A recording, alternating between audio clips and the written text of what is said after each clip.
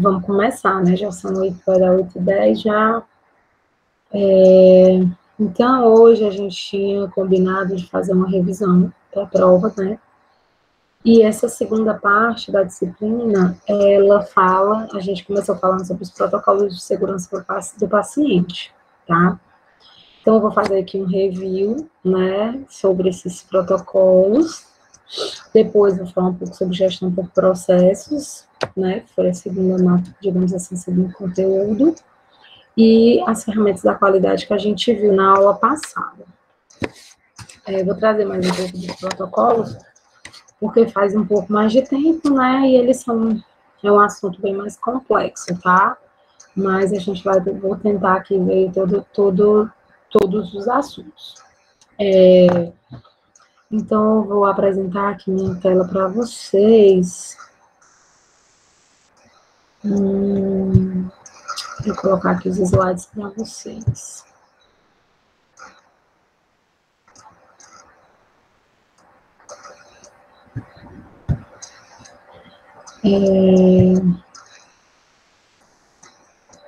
Isso um pouquinho.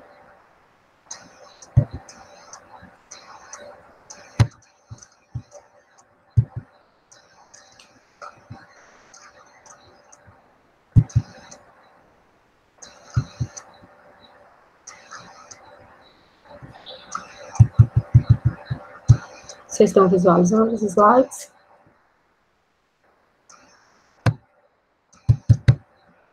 Sim.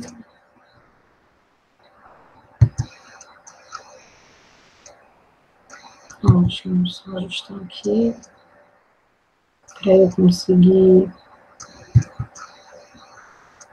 aceitar o Regis. Mas eu acho que não tem ninguém aqui me chamando, não. Faz para ele sair e pedir de novo, fazer o convite de novo. Aqui, Regis. Opa.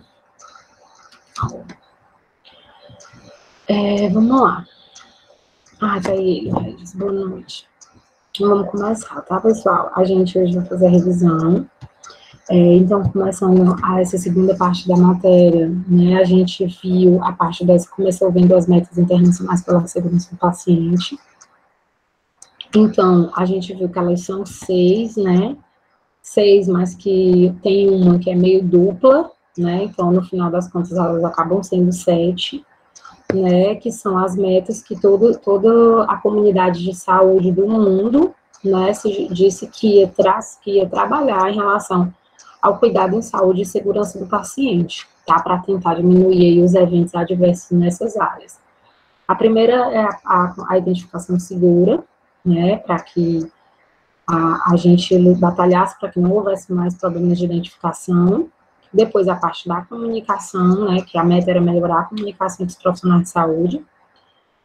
Depois a questão da cadeia medicamentosa, que era assegurar, né, um uso correto, seguro dos medicamentos. A cirurgia segura, tá, que era fazer os procedimentos cirúrgicos no paciente certo, da forma correta. O controle das infecções hospitalares, principalmente, né, relacionadas à assistência à saúde. E a redução do número de quedas, né, nas instituições de saúde, e aí esse protocolo de queda, ele também tem uma parte que fala sobre lesão de pele, tá? Então, no total, essas são as metas.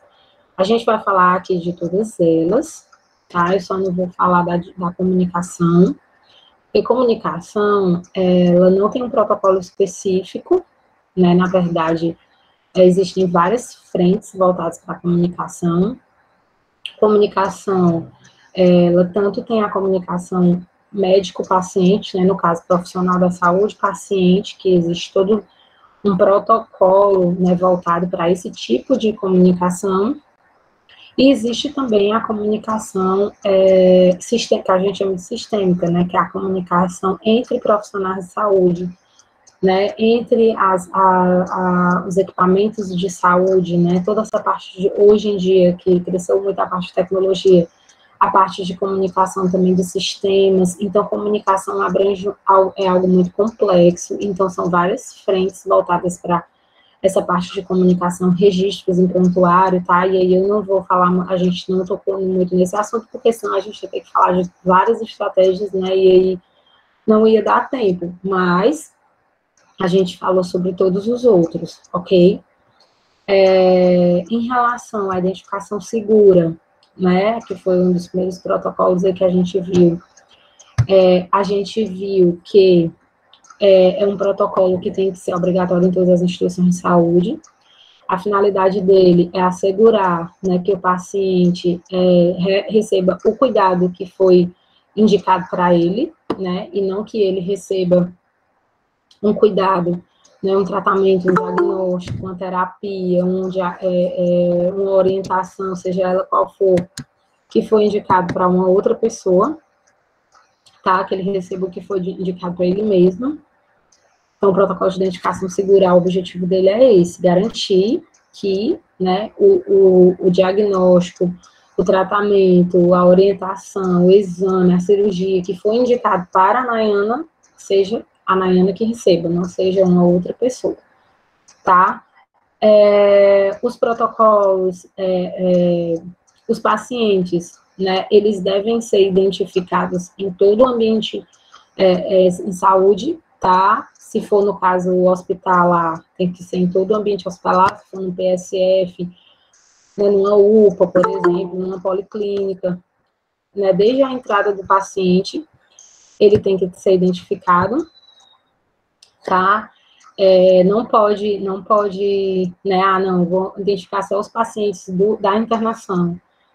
Os do ambulatório não vou identificar, não dá, não pode, né, realmente a identificação é para ser feita para todos os pacientes, né, e ela é orientada que seja feita através de uma pulseira de identificação, né, que é a famosa pulseira de identificação que a gente vê.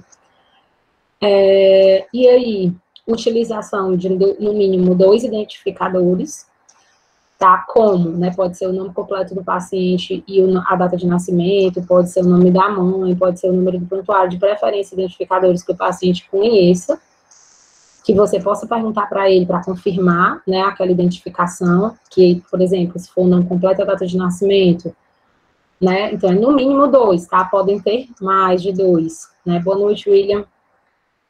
Não precisa ser só 2, tá? Pode ser o nome completo, a data de nascimento, o nome da mãe, né? O CPF. As boas práticas dizem que o ideal é ter um identificador que só o paciente tenha, né? No caso, por exemplo, o CPF, que cada um tem o seu, né? Porque nome pode ter iguais, data de nascimento podem ter iguais, tá? Mas o protocolo fala que é no mínimo 2 identificadores, ok? O ideal é que a confirmação seja uma confirmação positiva, que é isso, é uma confirmação que o paciente consiga dizer, né, você consiga perguntar para o paciente qual é o seu nome, tudo, e ele diga, e não você pergunte, e ele só confirme, isso é uma identificação positiva. Claro, obviamente, que para pacientes inconscientes, né, que não estão acompanhados, a gente não consegue fazer isso. É importante que a estrutura, né, laudos de exames, dietas, medicamentos, prontuário do paciente esteja, né, na mesma estratégia da identificação segura. Então, se eu tenho uma dieta que vai ser despachada lá para o paciente João Batista, então a dieta também tem que estar identificada com todos os identificadores que foram escolhidos na instituição. Então, assim, não é só a pulseira que tem que estar identificada com os 2 identificadores. Tudo que identificar o paciente dentro da instituição, né, dieta, medicamento, bolsa de sangue, formulários do paciente, laudos de exames, tem que seguir o protocolo de identificação segura, ok?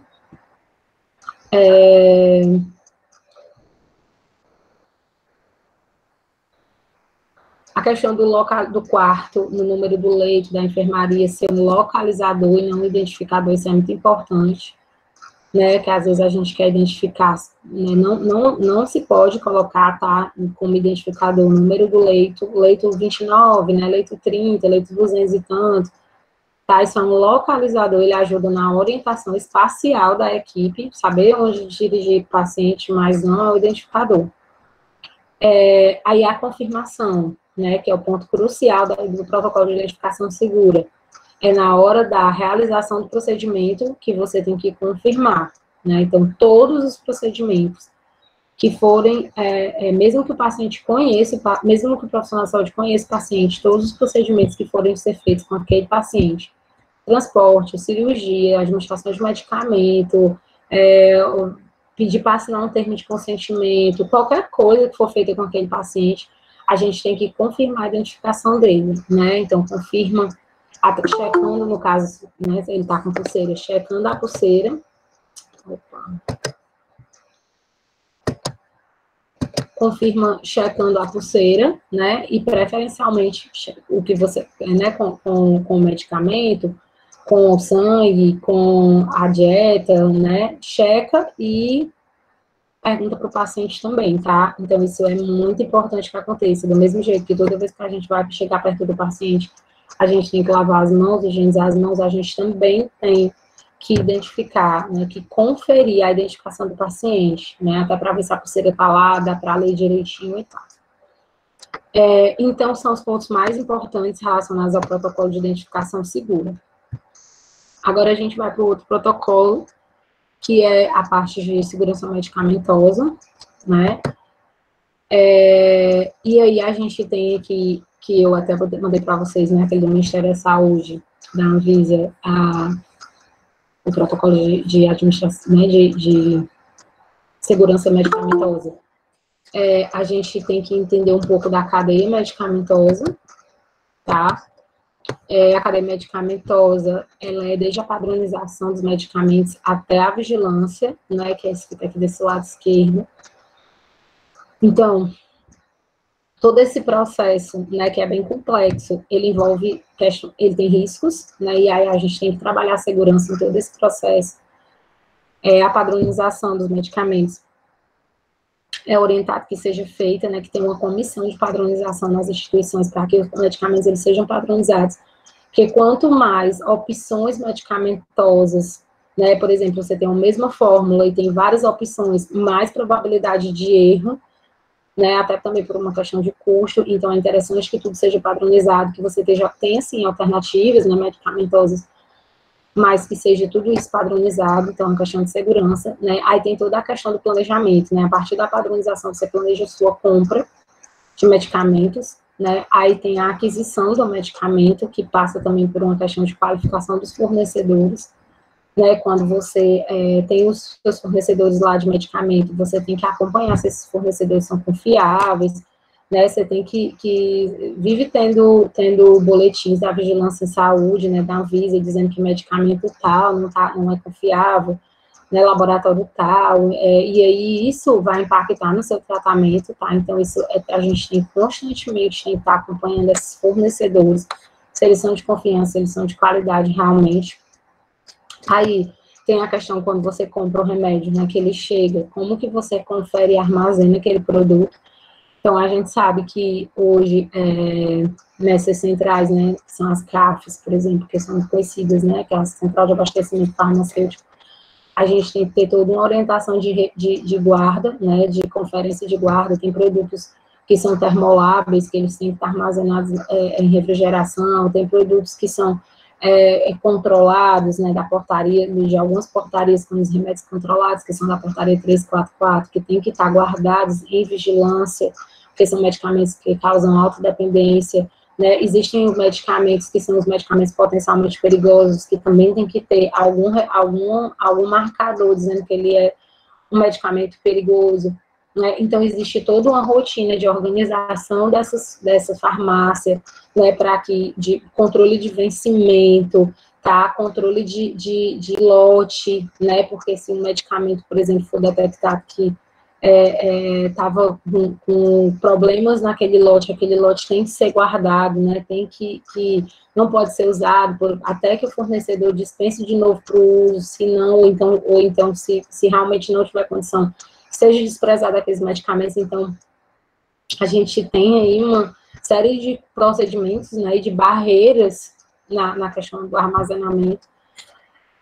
Aí a gente tem, né, para alguns lugares que é feito fracionamento desses produtos, aí tem outras questões de segurança, né, que é a manipulação desses medicamentos, né, alguns medicamentos, por exemplo, como quimioterápicos, são medicamentos mais complexos, que são manipulados, às vezes, até em laboratório, em espécie de laboratório, né, tem capelas, tem aí esses mesmo precisam de uma segurança, né, tem toda uma legislação para isso específica, tá?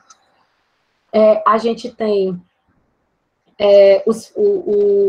depois a distribuição desses medicamentos, né, que quando às vezes você tem algumas outras farmácias, né, por exemplo, eu tenho uma CAF no município e distribuo para as outras farmácias dos postos de saúde, né, aí eu tenho que, dentro dessa farmácia, também ter o mesmo cuidado de organização, de avaliação de validade, né, de tudo isso. Aí eu tenho aí chega, né, no médico prescreve. Na própria prescrição, a gente tem uma série de problemas que podem, né, chegar ao paciente, que é a prescrição do medicamento errado, a prescrição, até a letra real, ilegível do médico, né, ele não identificar qual é a dose, ele não identificar como que é a posologia, né, como que é a diluição daquele medicamento, então tudo tem que estar prescrito direitinho, né, tem que estar lá dizendo qual é de quanto tempo é o medicamento, qual é a miligrama, qual é a via, qual é a dose, né, como que tem que ser feita aquela diluição, então tudo isso tem que estar na prescrição, todos aqueles cuidados, né, a prescrição tem que ser clara, tem que ser objetiva, não é para ter dúvidas nenhuma, né, os medicamentos, e aí a gente tem não só relacionada à prescrição, mas relacionada até mesmo ao armazenamento, né, os medicamentos que são parecidos, né, que aí é uma questão muito importante, as barreiras, medicamentos que têm mesmo sons, né, o som da alike, os looks alike, né, que a gente viu, que são medicamentos que são mesmo um som semelhante, e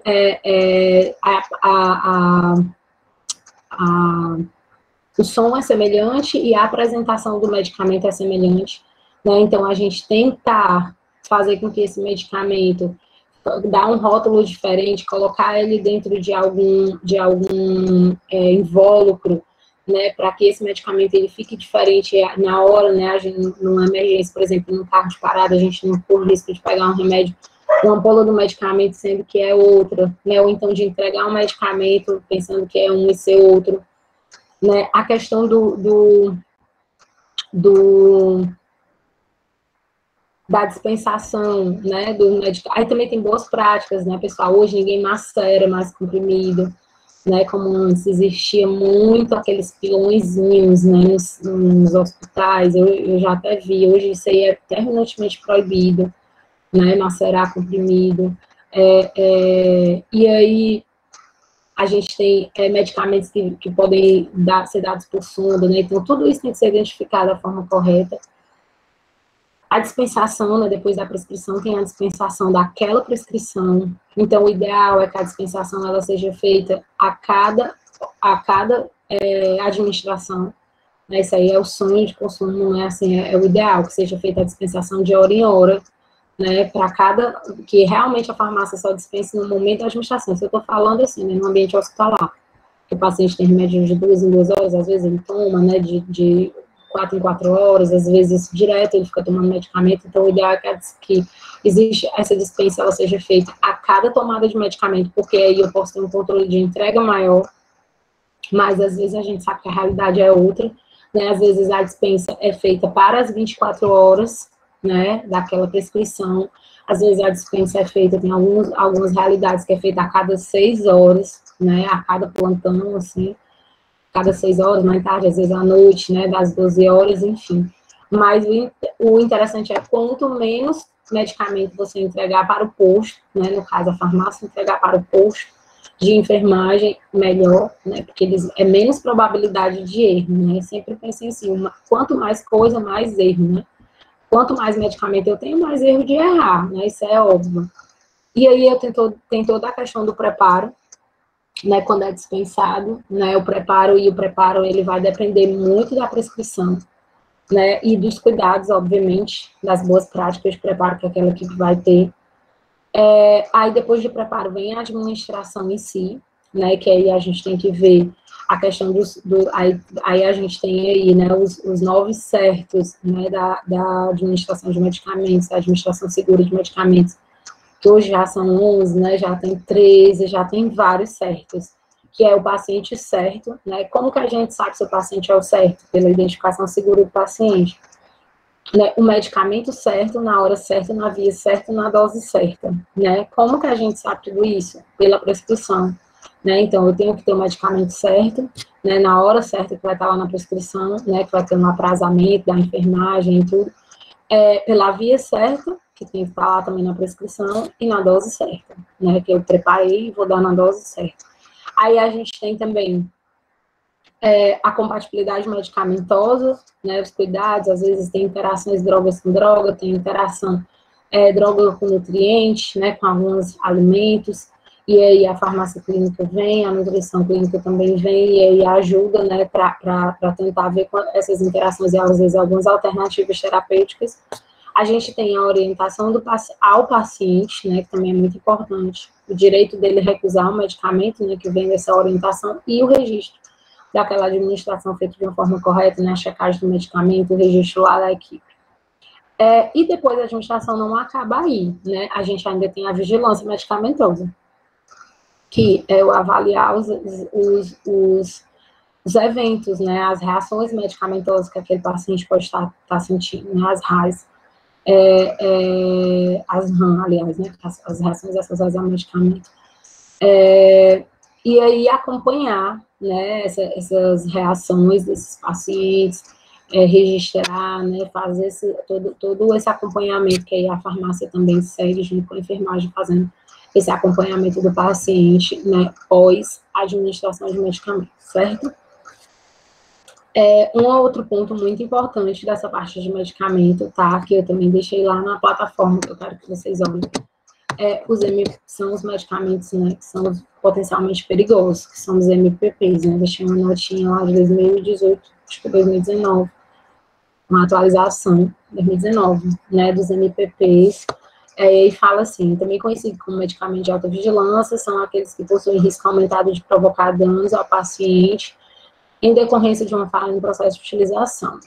Os erros associados a esses medicamentos podem não ocorrer em maior frequência, contudo, suas consequências devem ser mais graves, podendo ocasionar danos permanentes ou morte. Né? Então, os MPPs são medicamentos que, né, às vezes, algum problema, quando acontece alguma falha no processo de utilização, tá? Às vezes não são feitos na via correta, não são feitos, a prescrição não é feita adequada para aquele paciente, né? Então, são medicamentos que realmente podem matar o paciente. Então, a gente tem que ter uma autovigilância, né? São medicamentos de autovigilância em relação a esses medicamentos. E não é só na hora da administração, né? Esses medicamentos, eles têm que ter vigilância desde a hora do armazenamento, para que toda a equipe, todo mundo saiba, né? Então, você coloca lá uma bolinha vermelha nas ampolas, né, nos comprimidos, e identifica de alguma forma aqueles remédios, né, na sua instituição, lá na CAF, e depois eles seguem identificados até chegar lá na administração, né. As estratégias para prevenção de erros podem incluir padronização da prescrição, né, que também é uma boa adoção de medidas, quando você tem um sistema informatizado, você pode padronizar nessas prescrições, adoção de medidas de segurança para identificação e armazenamento, né, como eu falei, pode uma bolinha vermelha que você identifica lá, um invólucro diferente, né, um rótulo auxiliar, tá? Adequação para sua dispensação e preparo seguros, implantação do sistema de suporte, decisões clínicas com emissão de alertas automatizados, né, isso aqui é mais para quem tem sistema também, né, alerta quando prescreve, todo mundo sabe que foi prescrito um MPP, limitação do acesso a esses medicamentos. Às vezes tem hospitais que dizem que MPP só a enfermagem, né, só a enfermeira administra, né, os técnicos não administram. Ampla disponibilização de informações, né, treinamentos, que o pessoal, toda a equipe entenda a importância, né, e o cuidado com esses medicamentos. E também pode ser usado por checagem, né, que eu até falei, eu acho que na aula que eu dei sobre isso, que a gente faz, às vezes, dupla checagem na hora da entrega, a farmácia com a enfermagem, E na hora da administração, né? Antes da administração, enfermagem com outro enfermeiro, enfermagem com o técnico, podem estar checando se realmente está tudo certinho, se a dose está certa, se a via está certa, se o paciente está certo, né? E realmente fazer aquele MPP para evitar algum dano maior, ok? Em relação, agora a gente vai entrar aqui na parte das infecções, tá? Perdão, cirurgia segura. Em relação à cirurgia segura, é muito importante que a gente fale sobre o checklist de cirurgia segura, né, que a gente tem que organizar o paciente de tal modo que ele chegue dentro do centro cirúrgico com tudo organizado, para que ele faça a cirurgia, né, no tempo certo, na hora que foi marcado direitinho. Então, para isso, a gente tem que tomar alguns cuidados prévios antes da cirurgia, né, como a avaliação anestésica, para ver se o paciente não tem nenhuma necessidade especial, para não correr o risco dele ter, por exemplo, uma via aérea difícil, entrar dentro do centro cirúrgico, não ter equipamento para aquilo, e na hora precisar entubar de emergência e não conseguir, né, o médico não conseguir, o anestesista não conseguir.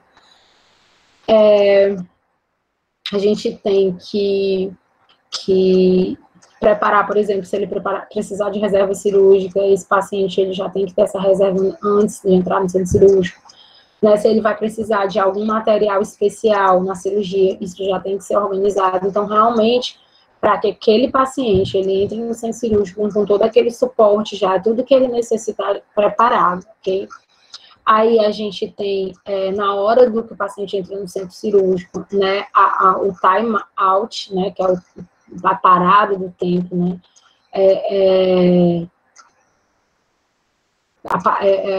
o momento que é aplicado o checklist de cirurgia segura, tá? E aí esse checklist nada mais é do que uma confirmação antes do paciente receber anestesia, né, antes do paciente realmente começar a cirurgia, que tudo que era preciso para aquele paciente foi providenciado, tá?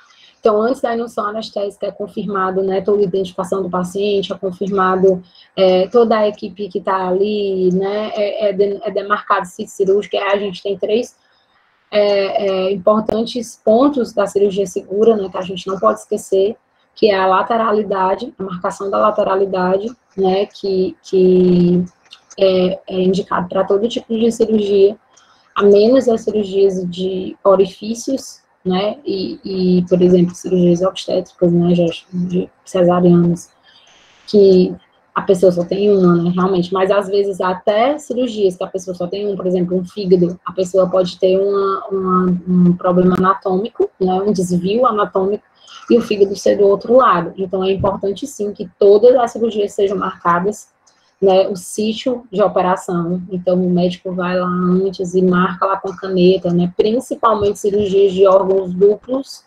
Não pode existir um paciente entrar dentro do centro cirúrgico sem a marcação da lateralidade, né? O paciente que vai operar, por exemplo, o fêmur, ele tem que estar lá marcado se vai ser o fêmur direito, se vai ser o fêmur esquerdo, né? A gente tem a lateralidade, que é super importante. A gente tem antibiótico profilaxia, né? Que é o antibiótico que é dado antes da incisão cirúrgica, né? Ele tem que ter um tempo ali, até 1 hora antes da incisão cirúrgica, tá? Para que ele seja administrado, para que evite uma infecção pós-operatória, né? E aí a gente tem feito um antibiótico, né? A instituição pode padronizar o antibiótico, mas de preferência que ele seja feito de 30 a 60 minutos antes da incisão cirúrgica, tá? Que é a hora do pico do antibiótico, na hora da incisão, né? E que ele fica naquele período ali da cirurgia, né? Mais protegido, até porque ele vai ficar aberto, né, e vai ficar muito propenso a ter infecções.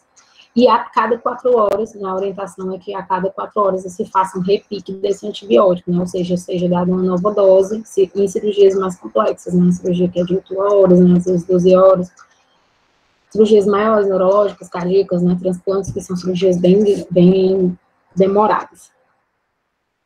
A gente tem também a antibiótico profilaxia, lateralidade e a tricotomia, né, que é uma técnica de retirada de pelos, e que é importante que seja feito o mais próximo, né, senão, assim, no pré-operatório, né, da cirurgia, porque quando a pessoa faz antes, muito tempo antes, às vezes depilação, coisas do tipo, né, aquela lesão, aquela pele, né, ela fica, pode causar microlesões e a pele já chegar, às vezes no centro cirúrgico, né, que a pele é um órgão nosso muito exposto, muito propenso a infecções, a gente tem muita bactéria né, em cima da nossa pele, e aquela pele já aí com um pouco de, com alguma cultura, né, alguma infecção, tá, ali, muitas bactérias, né, e aumenta a probabilidade também de infecção, a questão da tricotomia.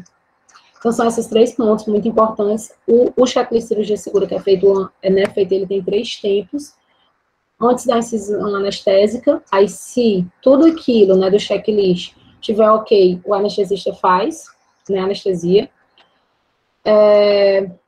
e começa a cirurgia. O segundo tempo dele, né, antes da incisão cirúrgica, desculpa, né, o anestesista faz a cirurgia, depois é feito a outra pausa, que é a pausa cirúrgica.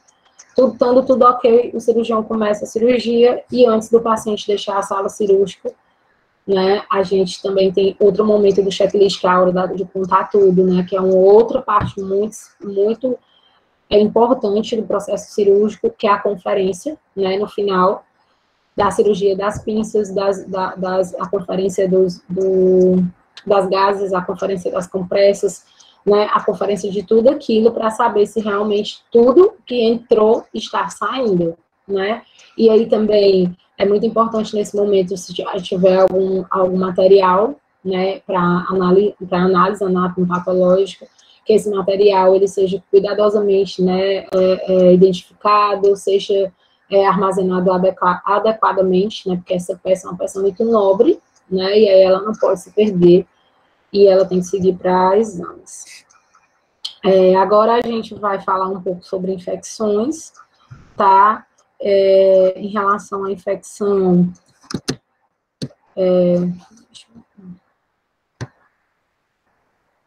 a gente tem 3 infecções muito importantes, tá? Que são as infecções relacionadas à assistência à saúde, que mais matam, digamos assim, né, que são portas de entrada aí para sepsis e para síndromes inflamatórias bem mais graves e que causam a morte, que são, que está lá naquele manual, que também está lá na plataforma, que uma delas é a infecção de sítio cirúrgico, né, que a gente já falou aí, as formas de prevenir, as outras 3, a infecção a pneumonia associada à ventilação, a infecção trato-urinária e a infecção de corrente sanguínea, né, são essas 3. E aí a gente tem algumas formas de prevenção, tá, que a gente chama de bundle, que são pacotes de medidas de prevenção dessas infecções.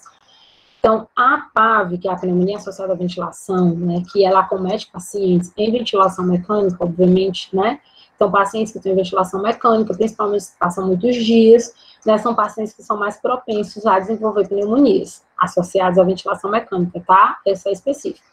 Não quer dizer que o paciente também pode desenvolver outro tipo de pneumonia associada à assistência à saúde, que essa a gente chama de PRAS, que é pneumonia relacionada à assistência à saúde. Né? O paciente está no hospital, está do lado aqui de um outro paciente que tem uma pneumonia, que tem outra doença, e aí ele pegou aquela doença, aquela pneumonia, ou então ele aspirou comida na hora de dormir e pegou uma pneumonia aspirativa, né? Ele não estava entubado, mas ele pegou uma pneumonia. Também a pneumonia relacionada à assistência à saúde, tá? Mas essa aqui é mais específica, que fala sobre a ventilação, né? Que são as infecções relacionadas ao uso de dispositivos, tá? Então, a gente tem a PAV, que é relacionada ao uso de ventilação mecânica, né? Do dispositivo, do tubo e tudo, e todo o aparato lá tecnológico do ventilador mecânico. A gente tem a ITU, que é a infecção de trato urinário relacionada a catéter vesical, né, principalmente o cateter vesical de demora, e a gente tem o IPCS, que é a infecção primária de corrente sanguínea, que geralmente é relacionada a catéter central, né, mas também pode ter de catéter periférico.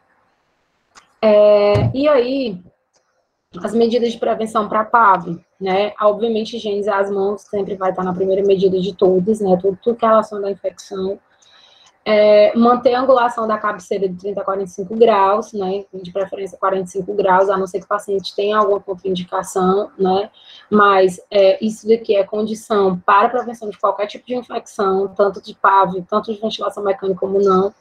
Então, manter a cabeceira do paciente elevado, adequar o nível ou realizar stop da sedação, né, que é realizar, então, assim, o ideal é que toda infecção, isso serve para as três, tanto a PAV como a ITU, como a de corrente sanguínea, se elas são relacionadas ao catéter, ao device, que a gente chama, né, ao dispositivo,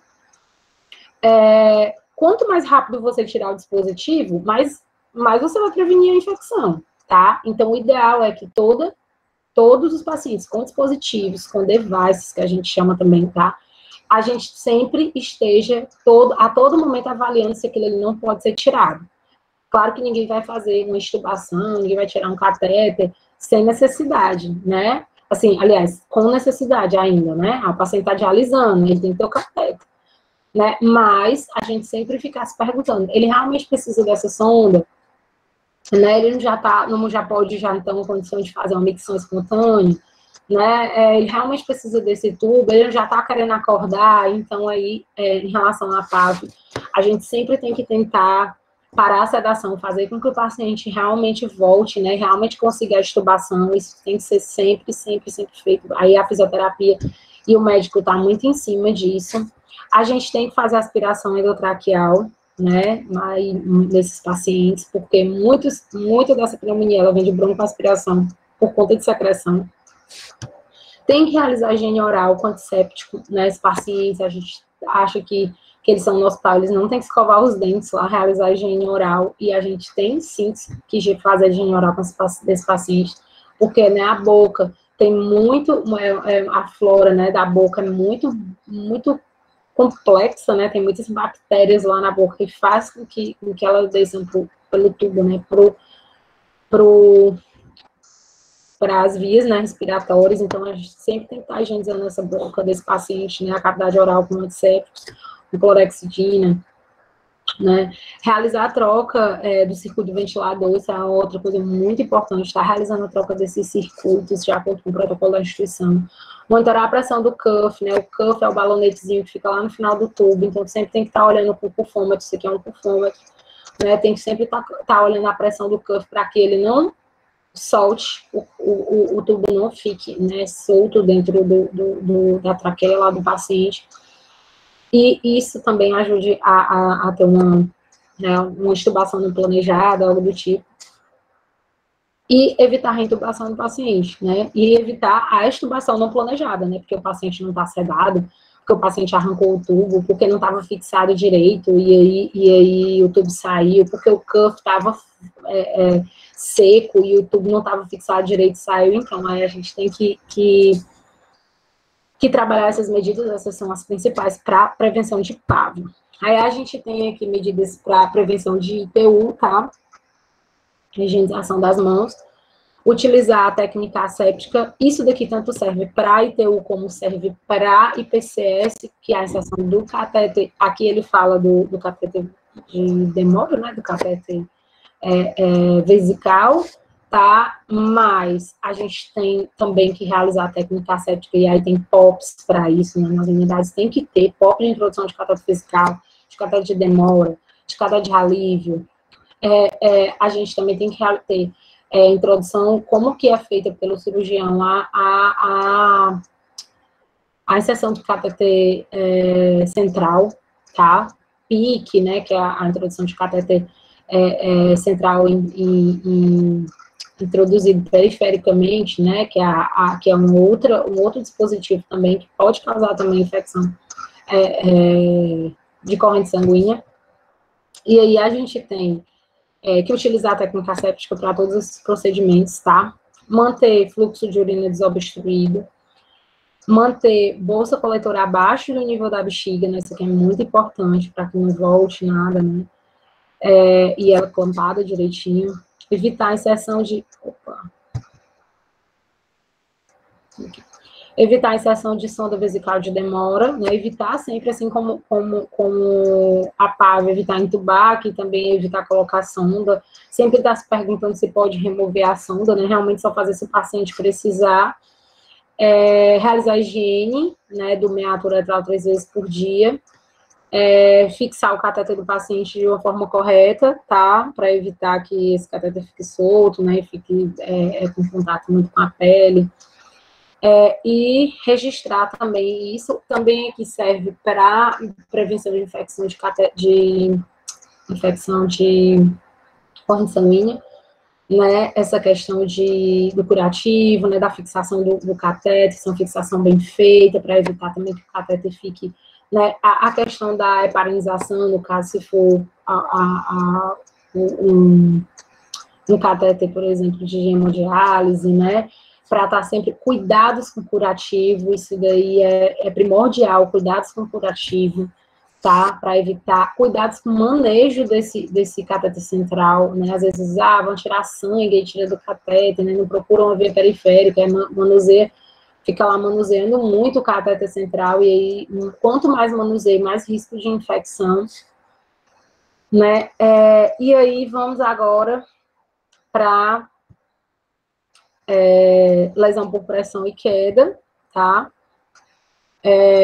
Lesão por pressão, né, que são o último protocolo, a gente tem como maiores boas práticas, né, de prevenção de lesão, realizar a avaliação criteriosa da pele, pelo menos uma vez por dia, tá, especialmente nas áreas de proeminências ósseas. Então, a avaliação, ela é muito importante, tudo começa com a avaliação.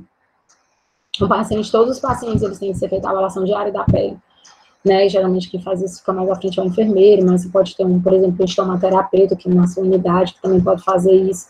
Também pode orientar, né, pacientes acamados, que estão lá no posto, pessoal que fica com muita paciente acamada, a família está fazendo isso, né, então, avaliação da pele, pelo menos uma vez ao dia, principalmente naquelas áreas de proeminência, né, cotovelos, tornozelos, joelhos, dependendo de como o paciente ficar, trocânteres, né, na região trocantérica, na região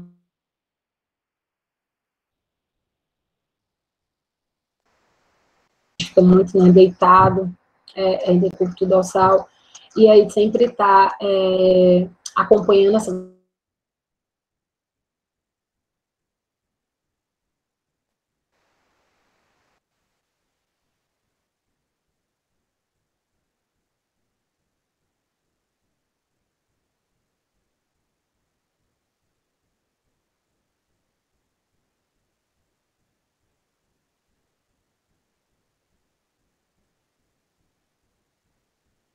me morrer de botar pomada, fazer tudo, altos curativos, se o paciente ele não toma água, se o paciente não come adequadamente, né?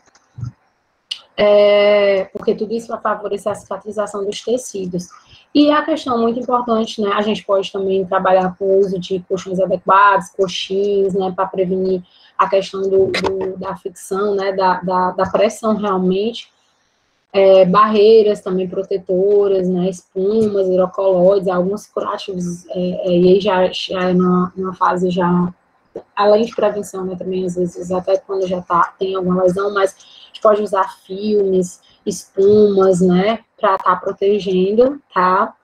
E a mudança de decúbito, né, a mudança de posição de 2 em 2 horas, né, que é o ideal para realmente prevenir essas lesões de abrir, tá?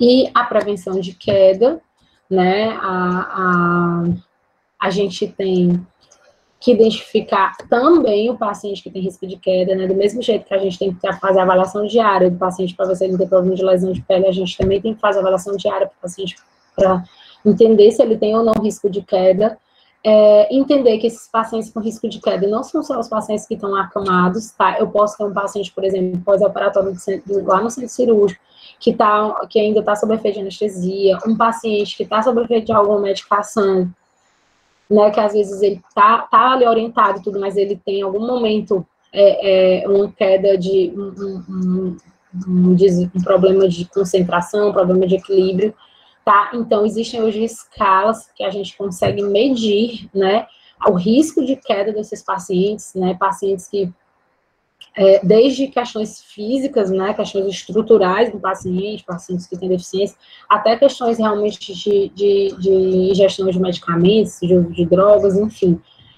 E a gente tem que fazer essa avaliação diária desse paciente, tá? Tem que fazer a supervisão dessa medicação que é utilizada, né? Tem que sempre estar atento a essa questão dessas medicações. O ambiente tem que estar seguro, né? Isso aí é muito importante que todo o ambiente da estrutura de saúde seja um ambiente seguro, né? Que tenha rampas, que tenha suportes lá nas escadas, né? Que o paciente consiga segurar no banheiro, tá?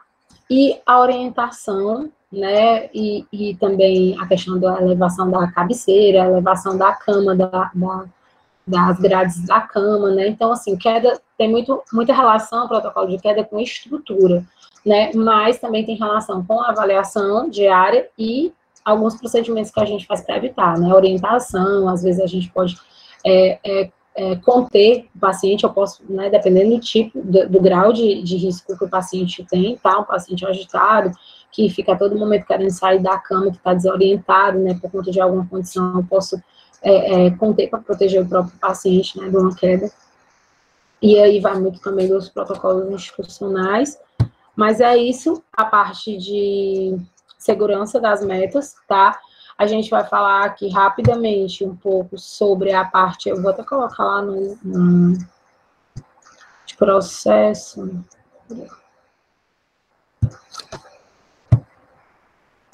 Um pouco sobre processo.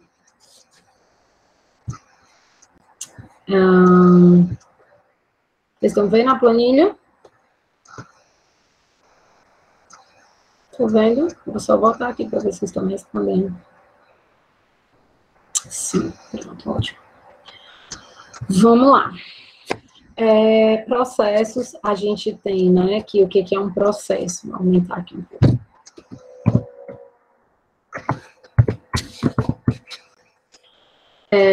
São atividades, né, aqui, ó, nesse slide aqui, tá? São atividades, é um conjunto de atividades, né, que elas transformam, né, essas atividades, as entradas, né, que vem lá dos fornecedores, a matéria-prima, digamos assim, aí elas têm uma série de etapas e elas transformam essas entradas em saídas, né, em um resultado, em um produto, tá? E isso aqui é diferente disso daqui, né, a saída é diferente da entrada, porque essa saída, ela agrega um valor, né, ela gera um valor para o cliente, tá? E aí, por exemplo, a gente tem no hospital, né, um centro cirúrgico, eu vou ter entradas, eu vou ter produtos da farmácia, produtos da central de material esterilização, vou ter produtos da engenharia clínica, como todo o aparato tecnológico, eu vou ter profissionais, né, que tudo isso junto, eles fazem uma série de atividades, né, recebem o paciente, fazem lá o checklist de cirurgia segura, admitem o paciente na sala, fazem a cirurgia, né, tudo aquilo, e eles têm uma saída, que é o paciente operado, por exemplo, né, o paciente operado é diferente de todo aquilo que entrou individualmente, né, e aí isso, o paciente operado tem toda uma geração de valor, né, para o cliente, para o paciente, né, toda essa questão muito aí, que a gente sabe que trouxe muito da fábrica, né, das indústrias. E aí, a gente tem os processos, eles são divididos, né, da instituição de saúde, eles são divididos em 3, tá? A gente tem os processos finalísticos aqui, o primeiro aqui do lado esquerdo, que são os processos que entregam os serviços ou resultados para o próprio cliente, tá? No caso da saúde, por exemplo, eu tenho as clínicas, eu tenho o centro cirúrgico, eu tenho a obstetrícia, todos os serviços assistenciais que a gente chama, né, em saúde, mas eles são também conhecidos como processos finalísticos, porque eles entregam o produto diretamente para o paciente.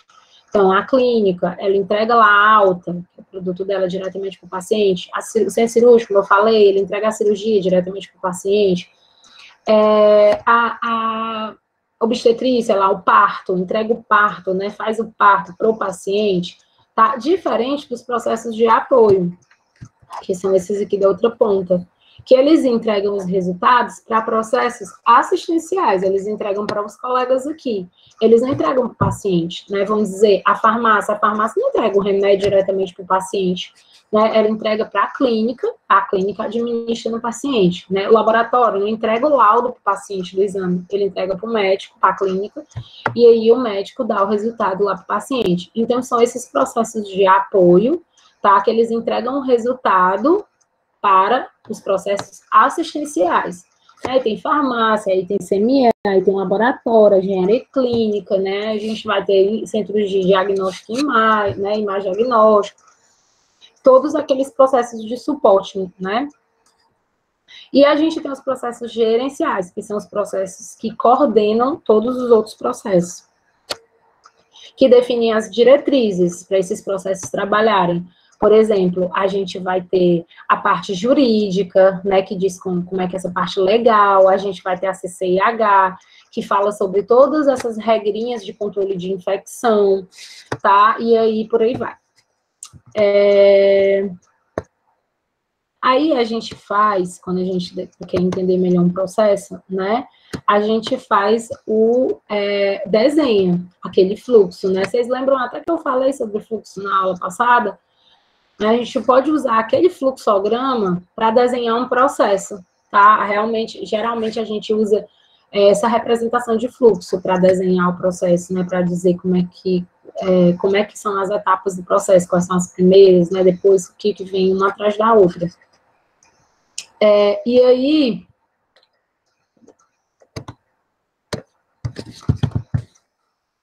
né, a gente identifica, quando a gente desenha um processo, a gente identifica qual é o produto do processo, vamos pensar lá no centro cirúrgico. Então, qual é o produto do centro cirúrgico? A cirurgia é realizada, né? Então, o produto é aquilo que você entrega para o cliente, tá? Então, o cliente, o paciente, ele quer fazer a cirurgia. Então, eu entreguei a cirurgia para aquele paciente.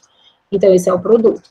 Outra coisa que a gente tem que identificar no processo é quem são os fornecedores. Por quê? Porque eu tenho que garantir que os fornecedores vão fornecer tudo que eu preciso, né? Para eu entregar meu produto. Então, para o centro cirúrgico entregar o produto para o paciente, ele tem que ter uma relação muito boa com a farmácia, com o CME, com engenharia clínica, tá? Por quê? Porque ele tem que garantir que a farmácia entregue no tempo adequado, tudo certinho, que não falte nada, que a CME faça esterilização de todos os materiais, tudo certinho, né, que entregue os materiais esterilizados da melhor forma, que não vai dar infecção no paciente, tá? Então, ele tem que conhecer os fornecedores.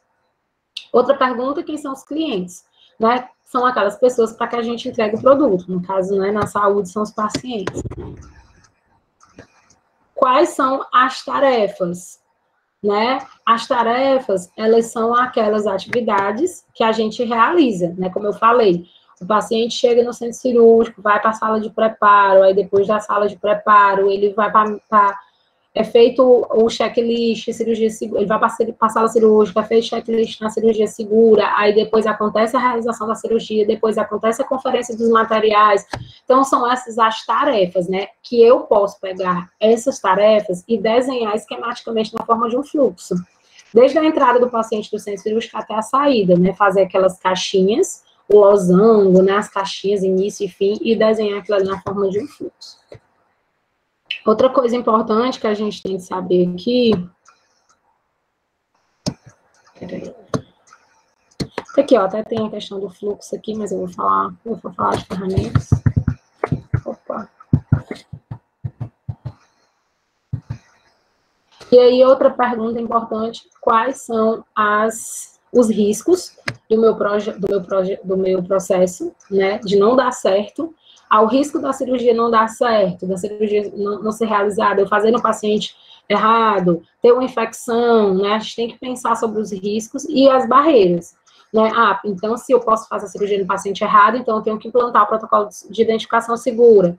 Se eu posso dar uma infecção no paciente, eu tenho que implantar o protocolo de antibiótico profilaxia, né, e por aí vai também essa questão das barreiras. Outra coisa interessante são os contratos, as relações. Então, a gente tem que relacionar. Por isso que eu falei naquela hora do fornecedor, eu tenho que conhecer meus fornecedores, tá? Eu conheço a farmácia, uma das principais fornecedoras do centro cirúrgico. Então, eu tenho que ter uma pactuação lá, chamo o pessoal da farmácia, chamo o pessoal do centro cirúrgico, conversa, registra tudo direitinho, que a farmácia tem que dispensar os medicamentos, o material para o centro cirúrgico, medicamentos, com tantas horas daquelas cirurgias. Como que a farmácia vai visualizar o tipo de cirurgia? Vai ser no sistema, vai ser num papel que o centro cirúrgico vai entregar, né? E aí eles vão conversando e vão alinhando e vão fazendo esses contratos, essas interações, que a gente chama também, vocês podem escutar esse nome, né? E aí vai afinando mais a relação entre, né, de fornecedores e clientes. E os indicadores, né, que a gente mede. Todo o processo ele tem que ter indicadores para que a gente veja se a gente realmente está entregando o produto de forma adequada. A minha entrega é cirurgia, mas eu quero entregar uma cirurgia direitinha, uma cirurgia segura, uma cirurgia que o paciente não fique com um gás lá na barriga, uma cirurgia que não infecte, né? Então, eu vou medir quantas cirurgias eu tive naquele mês, quantas cirurgias eu fiz uma reabordagem porque o paciente estava com gás na barriga, nenhuma, né? Quantas cirurgias eu fiz que deu infecção? Tinha 2 que não era para ter dado e deu. Por quê? Né? Então, aí a gente vai medindo se o nosso negócio está ok, né? Assim que a indústria faz. Eu tenho que entregar tantos carros, o carro tem que ser no mês, o carro tem que ser seguro, não tem que ter problema com aquele carro, né? E aí, no final do mês, eu vou ver, dos 100 carros que eu entreguei, 2 deram problema de segurança lá no freio, né? E os clientes estão com problema, e aí eu tenho que ir vendo minha performance, né? Para que eu sempre possa fazer mais, fazer melhor, tá? Então, é gestão por processos.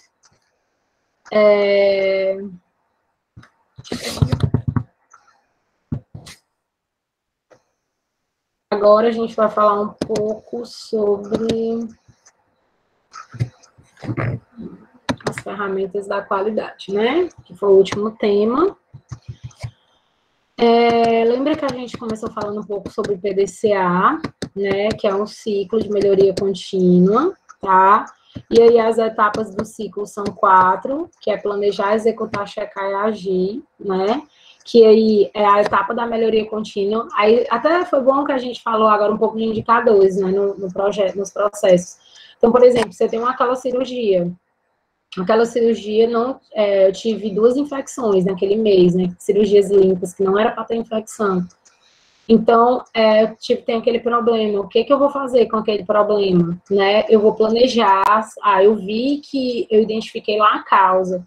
E aí eu vi que foi por conta do protocolo de antibiótico profilaxia que não foi seguido correto, né? Deram um antibiótico lá com 2 horas antes da cirurgia. Era para ter dado. Olha lá como a gente começa a linkar as coisas, né? Cirurgia segura, protocolo de cirurgia segura, processo e ferramenta da qualidade. Né? Aí o protocolo de cirurgia segura era para ter dado com 30 a 60 minutos antes, eles deram com 2 horas, né? O paciente demorou a entrar no centro cirúrgico e tal, e esses 2 pacientes, eles tiveram um protocolo quebrado e tiveram infecção. Então, aí o que aconteceu que o paciente demorou? O paciente demorou porque tinha que...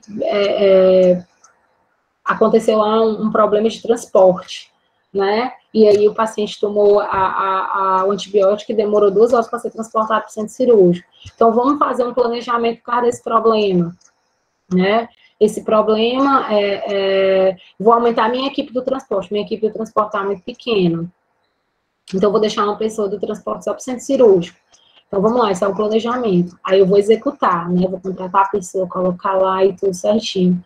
Aí, depois de uns 15 dias, 20 dias, eu vou lá e checo. Tá tendo esse problema, o pessoal tá demorando a transportar paciente para o centro cirúrgico? Não, o problema acabou, agora tá tudo certo. Nunca mais teve esse problema. Então, eu padronizo. Então, essa pessoa do transporte vai ficar lá, realmente, né? Foi uma ação ok. Então, eu vou avaliar, se deu certo, padronizo, se não deu certo, tenta outra alternativa. Isso é o ciclo do PDCA. Né? Quando for mês que vem, eu não tenho mais problema com infecção, eu tenho problema com organização da equipe, e aí por aí vai. A gente vai trabalhando os ciclos de melhoria contínua, né? O ideal da qualidade, né? Por isso que o PDCA é um ciclo tão importante para todo mundo que trabalha com qualidade, porque qualidade não é você estar perfeito. Qualidade de segurança, quando uma instituição trabalha com qualidade de segurança, pessoal, não quer dizer que essa instituição seja perfeita, né? Às vezes, a gente vê assim, o Einstein, Sírio-Libanês, a Sara, né, a rede Sara, eles devem não acontecer nada lá, porque eles são lá acreditados com vários selos, né, de certificação e tal. Só que não é bem assim. Todo canto, né, todos os hospitais, nos melhores hospitais do mundo, acontecem problemas. Né? Porém, a diferença desses hospitais que trabalham com qualidade e de outras instituições que não trabalham é que essas instituições, elas agem de uma forma diferente. Elas veem os problemas e elas trazem aqueles problemas para si de uma forma diferente. Algumas outras instituições que não trabalham com qualidade, ou elas escondem o problema, ou elas nem percebem que o problema existe, né? E quem trabalha com qualidade realmente olha o problema e quer melhorar, é a melhoria contínua. Quando você diz que você quer melhorar, você já parte do pressuposto que você não é o melhor, né? Que você não está lá no topo, que você não é excelente, porque é uma melhoria contínua. Então, você sempre tem algo a melhorar. Assim também na área da segurança. Não quer dizer que essas instituições não tenham eventos, não tenham problemas.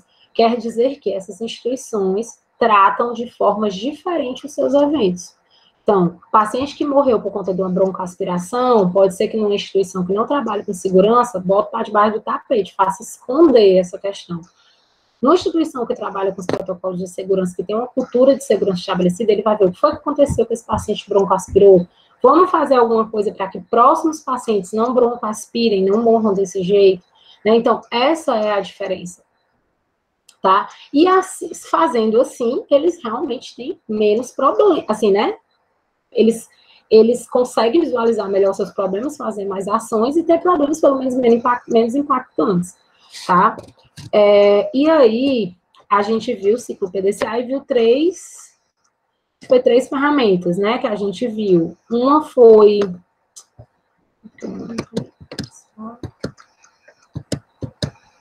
A apresentação eu coloquei aqui nesse computador e eu não sei o que foi que aconteceu com ela. Eu tô só com a apostila.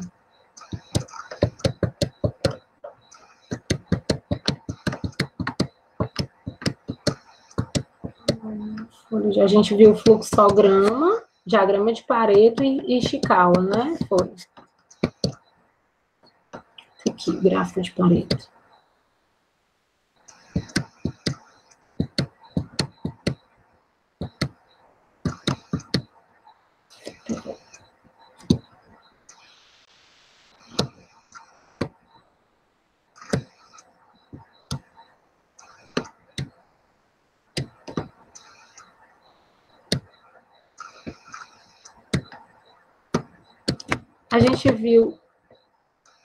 A gente viu fluxograma na aula passada.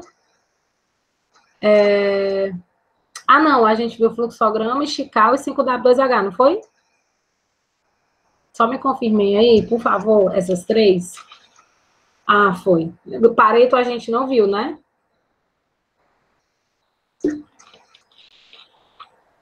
Pronto. Vamos lá, fluxograma.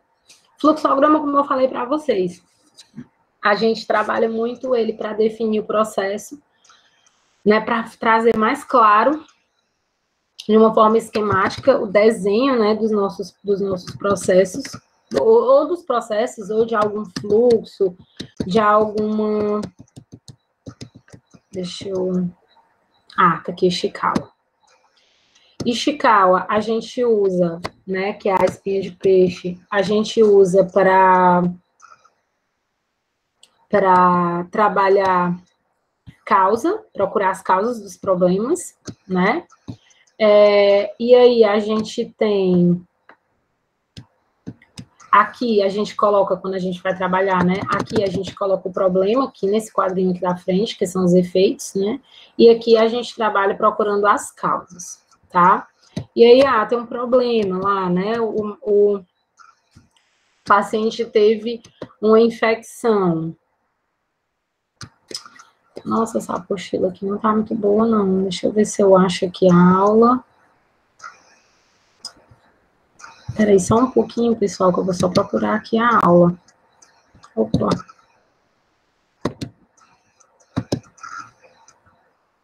Esperem aí só um minutinho que eu vou pegar aqui a aula.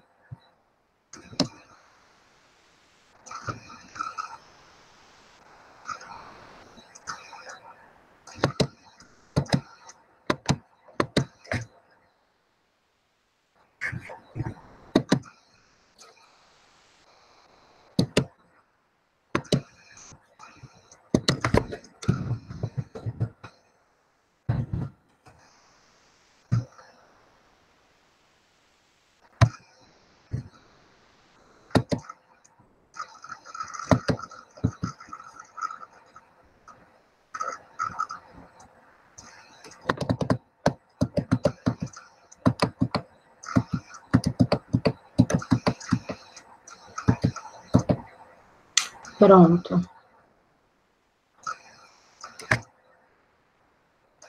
Vou apresentar aqui para vocês. Pronto.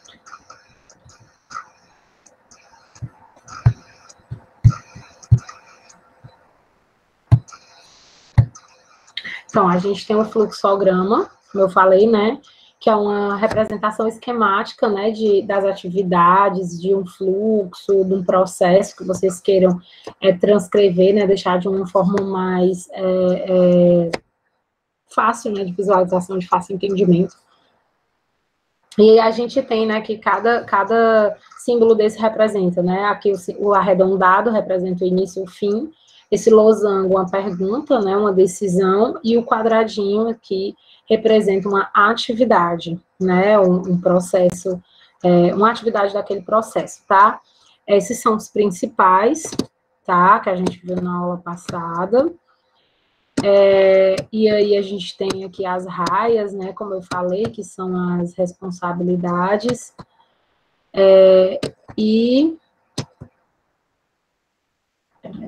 aqui. A gente tem as responsabilidades, que são as raias, que são esses quadrados aqui, onde tem estoques, compras, finanças, pagamento, e aqui as atividades dentro desse fluxo, tá? Então, a gente sabe identificar onde é que começa, onde é que finaliza. Esse aqui não, porque tá faltando o início e o fim daqui, mas aqui a gente identifica onde são as árvores de decisão, que são as perguntas, que são os losangos, e a gente entende onde que estão as atividades, que são os quadradinhos, né? O fluxograma ele serve para esquematizar uma ação, uma atividade, um processo, né? Deixar ela mais lógica, mais fácil para quem quiser visualizar. Aí a gente agora vai para o Ishikawa. O Ishikawa é uma ferramenta utilizada, tá aqui na outra apresentação. É uma ferramenta utilizada, deixa eu abrir aqui, para analisar problemas, né, que é muito importante também. Vocês estão conseguindo ver a apresentação aqui?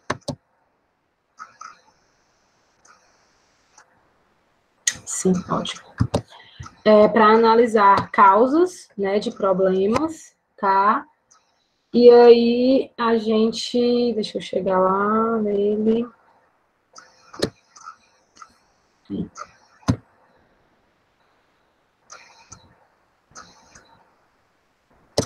Nossa. Outra.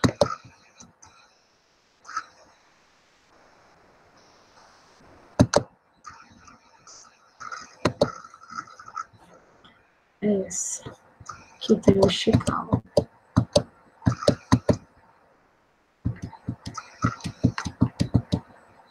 Meu Deus.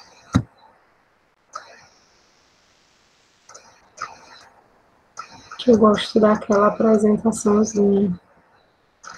Nossa, cadê? Como é que pode? Eu dei na aula passada para vocês.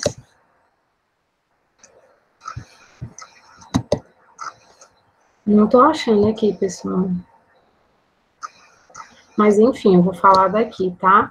E aí a gente pode... aqui essas causas, elas representam algo já definido, tá? Então, a gente observa se essa causa é relacionada à métrica, que pode muitos problemas relacionados à própria forma de medição. A gente observa se essa causa ela pode ser relacionada a pessoas, né, treinamentos, pessoas que não foram treinadas, pessoas que são inadequadas para estarem ali, não tem formação, enfim. Equipamentos, né, a processos, realmente, como eu falei, né, o exemplo, eu precisei colocar uma pessoa a mais do transporte, então estava relacionado a pessoas, né, então estava faltando profissional. Aquele problema, né, a causa daquele problema. Pode estar relacionado a processos, né? Às vezes eu não precisava ter contratado um profissional, eu poderia ter tirado um profissional de um canto que está lá, que ele está sendo subutilizado, né? E colocar em outro, enfim. Eu posso também relacionar a própria estrutura, né? A estrutura da instituição, essa questão de infraestrutura mesmo, e as causas intrínsecas do problema, meio ambiente, né? Aliás, meio ambiente e estrutura aqui, né? E posso relacionar causas intrínsecas do problema, às vezes é um paciente idoso, né? Tem causas que é do próprio paciente, principalmente em saúde, né? Paciente diabético, idoso, né? E que não foi, a infecção não foi causada por uma má prática, mas sim porque o paciente tinha diabetes, era idoso, já era propenso a ter, de repente, determinadas infecções, a própria cirurgia era potencialmente contaminada, enfim. E aí a gente tem também o 5W2H, que é uma ferramenta. Aí, por exemplo, vou fazer um plano de ação, né? Aí o plano de ação é contratar uma pessoa, né, do transporte. E aí eu uso o 5W2H, que ele me dá, até vocês assistiram o vídeo, né? Ele me dá as perguntinhas, né? São as 7 perguntas. O que eu vou fazer, que é contratar a pessoa, por quê? Né? Por que eu preciso, porque o transporte do centro cirúrgico está muito precário, está demorando muito e tal. Quem que vai fazer isso? Vai ser o coordenador, o gestor, o RH, né, da empresa. Quando que vai ser feito e como vai ser feito, né? E essas são as 5 perguntas do W, né? E o do H, né, que é how much, que é quanto custa, né? E alguém me ajuda? O que vai ser feito, por que vai ser feito, quem vai ser feito, como vai ser feito, quando vai ser feito e por quanto vai ser feito. Tá faltando uma. Quem é que me ajuda aí? Vamos lá ver se vocês sabem.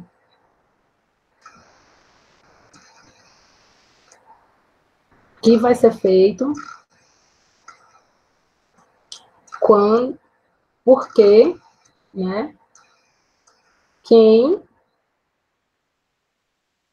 quando, como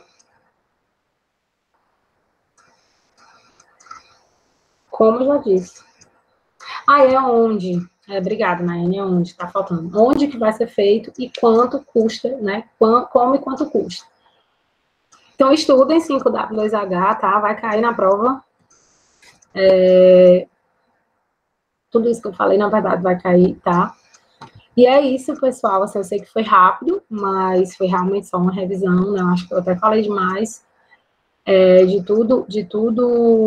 todos os principais pontos que vão cair na prova, né? Acho que não tem nada demais que eu tenha falado aqui que não é nada novo, né? Tudo que eu falei aqui eu já falei nas aulas passadas. E tá tudo, obrigada, meninas aí, né, que estão dizendo que foi boa, obrigada também. E tá tudo lá na plataforma, tá? Então, vocês podem pegar tudo lá e estudar, que vai ser aquilo que vai cair. Tá bom? E, né, assim, a prova vai ser, eu vou tentar fazer uma coisa mais para vocês pensarem também, mas vai ser super tranquilo também, vai ser só sobre esses assuntos. Tá bom? Então, cheiro. Bom sábado para vocês aí, vão esfriar a cabeça, tá? Fiquem com Deus. Até segunda. Vão estudar, né? Boa noite. Um beijo.